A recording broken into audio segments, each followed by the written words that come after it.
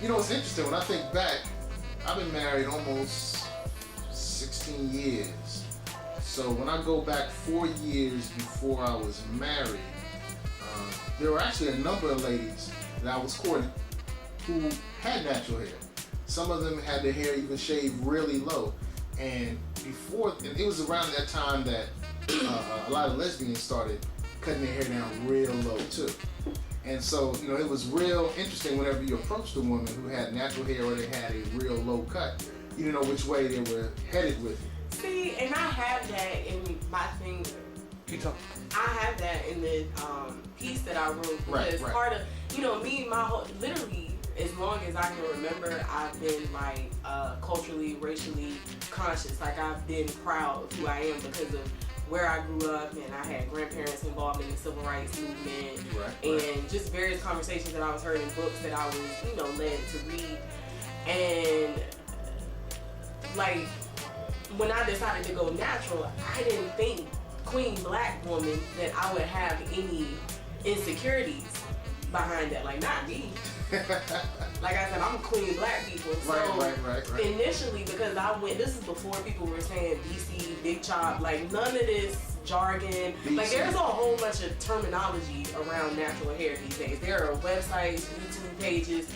There's like a whole subculture of language and all of that is for black women with natural hair. So BC is the big chop for people who elect to just go ahead and cut it all out and start that way. So that's what I did many years prior to that being coined as a term. And when I came out, like I'd had short hair before with a relaxer. But not with, it was just like I came out there and felt a lot of different ways, and I was like, are people gonna think that I'm gay? Like nothing against gay people, but I'm like, are they gonna think I'm gay? You know, am I gonna, it was just some question. It did not last long, but the fact that it even happened to queen black people was like, well, it is what led me to be very transparent, because I know a lot of people do not start with the experience that we have as black people in this country and in the world.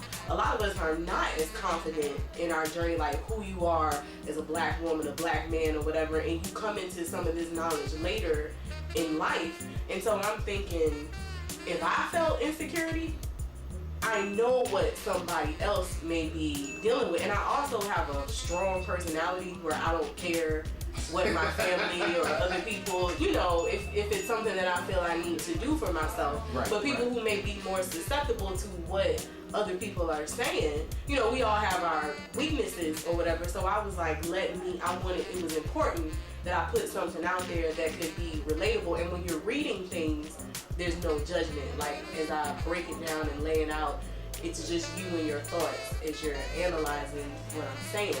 So I do plan on doing something with that piece, because it's much longer than a blog. It's not book level, but it's too long for a blog. And I've also done like interviews online with natural and relaxed women. But I do have to say this, my position, I love natural hair. Like I love black hair. Like I'm obsessed with it. If I see a dude with a fro, I want to play with it. And like sisters, I just love our natural hair. I love my own hair. But anyway, I don't do that natural versus relaxed thing. I'm there with you then. People I'm there with you. do that. I made up this term called freedom of scalp. And that's what I wish all black women had. It's because I think we lose sight of why we push the natural movement. I just want every black woman to feel comfortable in her own skin and to be able to look in the mirror. Because I hear a lot, "Ooh, I like your hair, but that wouldn't look right on me," from sisters with relaxed hair. And I'm like, that hurts me, because it's like you're saying you feel you wouldn't look right as yourself. But some women don't look right like that. That's not, I totally disagree with that.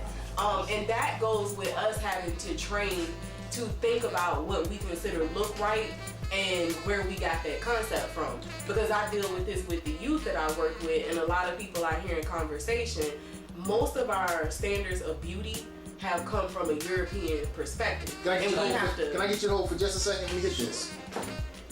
Ooh, that was for DJ Polo Shawty. That Seko did not say that. I'm was not Seko. That was Polo Shawty.